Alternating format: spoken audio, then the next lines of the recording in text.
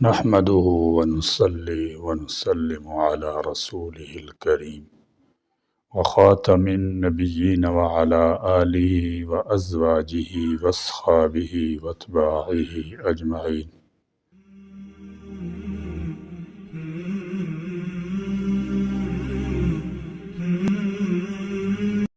خاتم الانبیاء حضرت محمد مصطفیٰ احمد مجتبیٰ کا ارشاد پاک ہے، اگر علی کی تلوار نہ ہوتی، حضرت خدیجۃ الکبریٰ کا مال نہ ہوتا اور ابو طالب کی حمایت نہ ہوتی، اسلام کبھی پروان نہ چڑھتا۔ یہ بات متفق علیہ ہے کہ حضرت ام المومنین سیدہ طیبہ طاہرہ خدیجۃ الکبریٰ رضی اللہ تعالی عنہ رسول اکرم صلی اللہ تعالی علیہ وسلم کی سب سے پہلی اور سب سے پیاری زوجہ تھی، جن کا کئی مرتبہ خود رسول اکرم صلی اللہ تعالی علیہ وسلم نے اظہار فرمایا۔ آپ ہی وہ سب سے پہلی خاتون ہیں جو رسول اللہ صلی اللہ تعالی علیہ وسلم پر ایمان لائیں اور آپ کی تصدیق کی۔ آپ ہی وہ خاتون اول ہیں جنہوں نے نبی کریم صلی اللہ تعالی علیہ وسلم کی اقتداء میں پہلی نماز پڑھی۔ محسن اسلام مادر فاطمہ الزہرا کا یہ بھی منفرد اعزاز ہے کہ اللہ تبارک و تعالی نے جبرائیل امین کے ذریعے خاص طور پر حضرت خدیجہ رضی اللہ تعالی عنہا کو سلام بھیجے۔ کیا یہ کوئی معمولی اعزاز ہے؟ حضرت ملائکۃ العرب خدیجۃ الکبریٰ کا دنیا کی عظیم ترین خواتین میں شمار ہوتا ہے۔ حضرت آسیہ، حضرت مریم، حضرت خدیجہ، حضرت فاطمہ الزہرا رضی اللہ تعالی عنہ کو اللہ تعالی نے خواتین عالم میں سب سے چن کر بلند ترین مقام اور رتبہ عنایت فرمایا۔ سیرت حدیث اور تاریخ کی کتابوں میں عام الحزن کا ذکر ملتا ہے۔ ابھی سرکار دو عالم صلی اللہ تعالی وسلم مکہ مکرمہ ہی میں تشریف فرما تھے جب جناب رسول خدا اصحاب کو شعیب ابو طالب سے نجات ملی، تو اس بات کی امید تھی کہ مصائب آلام کے بعد ان کے حالات سازگار ہو جائیں گے اور خوشی کے دن آئیں گے، مگر ابھی 2 سال بھی نہ گزرے تھے کہ 2 ایسے تلخ اور جانکاہ صدمات سے دوچار ہوئے جن کے باعث رسول خدا اور اصحاب رسول پر گویا غم و اندوہ کے پہاڑ ٹوٹ پڑے۔ اس رنج و اندوہ کا سبب حضرت ابو طالب کی رحلت تھی اور اس کے 3 دن یا 1 ماہ بعد آپ کی ایثار پسند شریک حیات بھی اس جہان فانی سے کوچ کر گئی۔ حضرت ابو طالب اور حضرت خدیجہ کو حجون نامی قریش کے قبرستان میں سپرد خاک کیا گیا۔ قریش مکہ کے ظلم و ستم کا سلسلہ دراز سے دراز تر ہوتا جا رہا تھا کہ ہجرت سے 3 سال پیشتر اللہ کے رسول صلی اللہ تعالی علیہ وسلم کی 2 محبوب ہستیوں نے داغ مفارقت دے دیا۔ ان میں سے ایک آپ صلی اللہ تعالی وسلم کے مشفق چچا حضرت ابو طالب تھے، جنہوں نے اپنی زندگی کے آخری لمحے تک اپنے عزیز بھتیجی کا سگی اولاد سے بڑھ کر خیال رکھا۔ اس کے اور زمانے کے ظلم و ستم کے درمیان چٹان بن کر کھڑے رہے۔ دوسری شخصیت ام المومنین حضرت خدیجۃ الکبریٰ کی تھی، جنہوں نے اپنی جان و مال سے چمن اسلام کی آبیاری کی اور جب تک زندہ رہیں آپ صلی اللہ تعالی وسلم کو ہر طرح کے غم کائنات فکر حیات سے بے نیاز رکھا۔ اتفاق سے یہ دونوں شخصیتیں یکے بعد دیگرے دنیا سے چلی گئیں۔ قدرتی طور پر آپ صلی اللہ تعالی وسلم نے ان دونوں کی جدائی کا بہت زیادہ دکھ محسوس کیا، یہاں تک کہ آپ نے ان دونوں کی وفات کے سال کو رنج و غم کا سال قرار دے کر دنیا انسانیت کو ایک نئے لفظ سے آشنا کیا۔ اس وقت سے جب لوگ کسی برس اپنی اجتماعی اور انفرادی زندگی میں پے در پے حادثات سے دوچار ہوتے ہیں تو اسے عام الحزن کہتے ہیں۔ عام الحزن کے اردو معنی غم کا سال، وہ سال جس میں حضرت ابو طالب حضرت خدیجۃ الکبریٰ کا انتقال ہوا، یعنی اس سال کو عام الحزن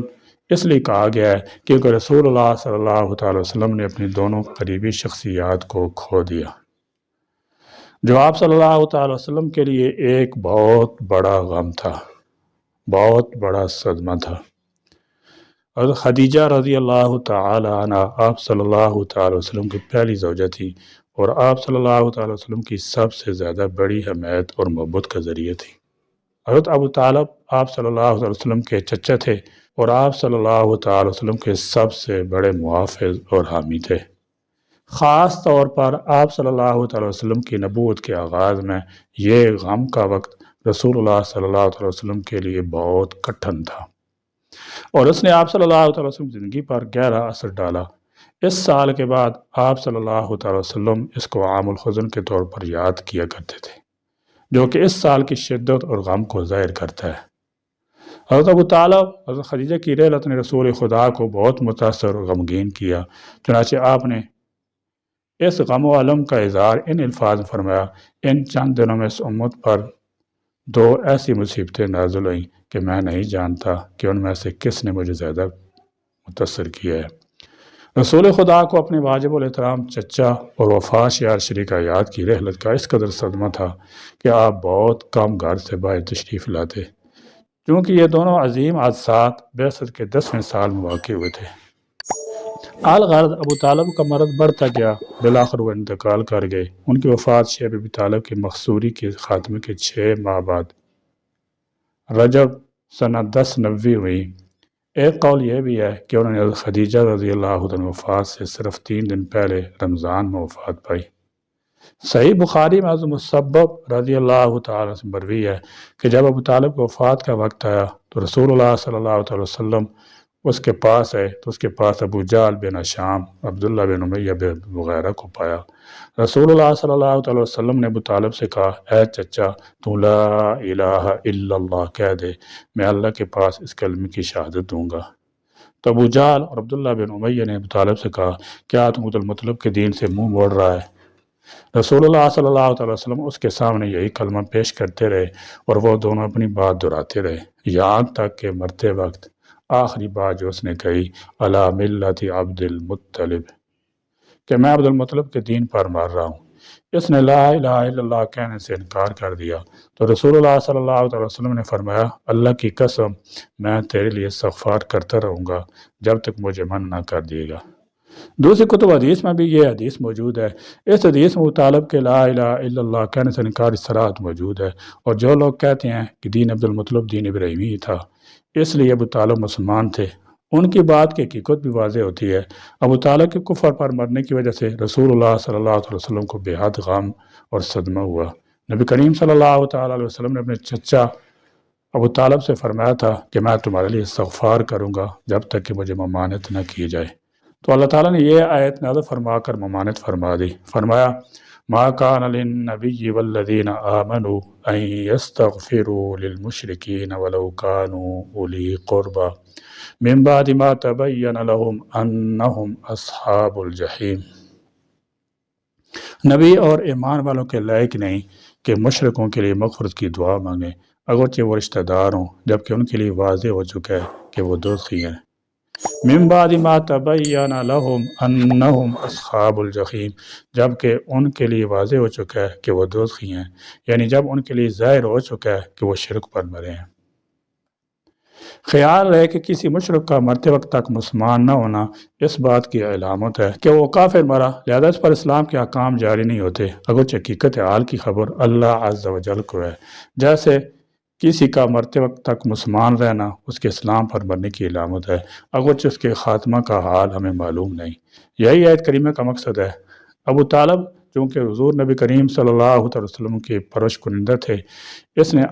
آپ صلی اللہ تعالی وسلم پر احسانات کیے تھے، اس لیے آپ کو اس کے ایمان نہ لانے کا بڑا صدمہ ہوا، تاہم فرمایا کہ میں تمہارے لیے بخشش کی دعا کرتا رہوں گا جب تک مجھے روک نہ دیا جائے۔ مگر اللہ تعالیٰ نے یہ آیت نازل فرما دی: انک لا تہدی من احببت ولکن اللہ یہدی من یشاء وہو اعلم بالمہتدین۔ بے شک تو ہدایت نہیں دیتا جسے تو دوست رکھے، اور لیکن اللہ ہدایت دیتا ہے جسے چاہتا ہے، اور وہ ہدایت پانے والوں کو زیادہ جاننے والا ہے۔ اس آیت کریمہ میں اللہ تعالیٰ نے یہ بات سمجھا دی ہے کہ مشرکوں کے لیے بخشش کی دعا مانگنا حرام ہے، چاہے باپ ہو یا بیٹا، بھائی ہو یا کوئی دوسرا عزیز ہو۔ کافر اور مشرک جب تک دنیا میں موجود رہیں اس کے لیے ہدایت کی دعا مانگنی چاہیے کہ اللہ تعالیٰ اسے ایمان کی توفیق بخش کر اسے مغفرت کا اہل بنا دے، مگر مرنے کے بعد ان کے لیے بخشش کی دعا مانگنا جائز نہیں، کیونکہ اللہ تعالیٰ جل شانہ نے اس سے منع فرما دی ہے اور یہ مشرکوں کے متعلق قطعی فیصلہ کر دیا ہے۔ ان اللہ لا یغفر ان یشرک بہ ویغفر ما دون ذلک لمن یشاء، اللہ تعالیٰ مشرک کو ہرگز نہیں بخشے گا اور اس کے علاوہ جس کو چاہے معاف کر دے۔ مغفرت کی دعا صرف ایمان والوں کے لیے روا ہے۔ چنانچہ ملت ابراہیمی کا یہ مسلمہ اصول ہے کہ الدعاء لاموات المومنین، بخشش کی دعا مرنے والے مومنوں کے لیے ہے کہ اللہ تعالیٰ ان کی غلطیوں کو معاف فرمائے اور ان کو جنت الفردوس اور اعلیٰ مرتبہ عطا فرمائے۔ اور دوسری مسلمہ بات یہ ہے کہ صدقہ خیرات کر کے مومن کو اس سال ثواب کرنے سے مرنے والے کو اس کا فائدہ پہنچتا ہے، تاہم مشرک کے لیے دعائے مغفرت ہرگز جائز نہیں۔ مشرک کا معلوم ہونا تو وہ الہی سے ہوگا، یا پھر مشرک وہ ہوگا جو اعلانیہ طور پر کفر شرک کے کام کرتا ہو اور اسی پر اسے موت آئی ہو، مرنے سے پہلے اس نے معافی بھی نہیں مانگی، تو ظاہری قرینہ یہی ہے کہ ایسا شخص مشرک ہے۔ ایسے ہی لوگوں کے متعلق اللہ تعالیٰ جل شانہ نے فرمایا کہ اللہ کے نبی اور مومنوں کے لیے لائق نہیں کہ وہ کسی مشرک کے حق میں بخشش کی دعا کریں، خواہ وہ ان کے قرابت دار ہی کیوں نہ ہو۔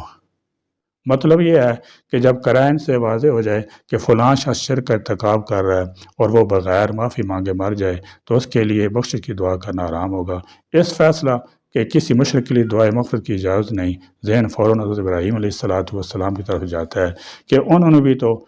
اپنے مشرک باپ کے لیے بخشش کی دعا کی تھی، بلکہ بعض روایات میں یہ بھی آتا ہے کہ حضرت ابراہیم علیہ السلام کے اس عمل کی بنا پر بعض مسلمان بھی اپنے مشرک قرابداروں کے لیے دعائے مغفرت کرتے تھے۔ اس اجمال کی تفصیل یہ ہے کہ ابراہیم علیہ السلام نے اپنے والد کو بتوں کی پرستش سے روکنے کی ہر چند کوشش کی، اسے سمجھایا کہ تم ان بتوں کی پوجا کیوں کرتے ہو جو نہ سنتے ہیں نہ دیکھتے ہیں اور نہ تمہیں کچھ فائدہ پہنچاتے ہیں۔ اس کے جواب میں باپ نے ابراہیم علیہ السلام کو دھکے دے کر گھر سے نکال دیا۔ ابراہیم علیہ السلام نے فرمایا، اچھا تم تو میری بات نہیں مانتے، مگر ساستغفر لک ربی انہ کان بی خفیہ، میں تمہارے لیے اپنے پروردگار سے بخشش کی دعا کروں گا کیونکہ میرا پروردگار میرے ساتھ بڑا ہی مہربان ہے۔ حضرت ابراہیم علیہ السلام کی اپنے باپ کے حق میں دعا اسی وعدے کے مطابق تھی جس کو اللہ تعالیٰ جل شانہ نے بیان فرمایا، وَمَا كَانَ اسْتِغْفَارُ إِبْرَاهِيمَ لِأَبِيهِ إِلَّا عَن مَّوْعِدَةٍ وَعَدَهَا إِيَّاهُ، یعنی ابراہیم علیہ السلام کی اپنے باپ کے لیے دعائے مغفرت ایک وعدے کی بنا پر تھی۔ فَلَمَّا تَبَيَّنَ لَهُ أَنَّهُ عَدُوٌّ لِلَّهِ تَبَرَّأَ مِنْهُ، مگر جب انہیں واضح ہو گیا کہ ان کا باپ دشمن خدا ہے تو آپ اس سے بیزار ہو گئے یا استغفار کرنے سے بری ہو گئے۔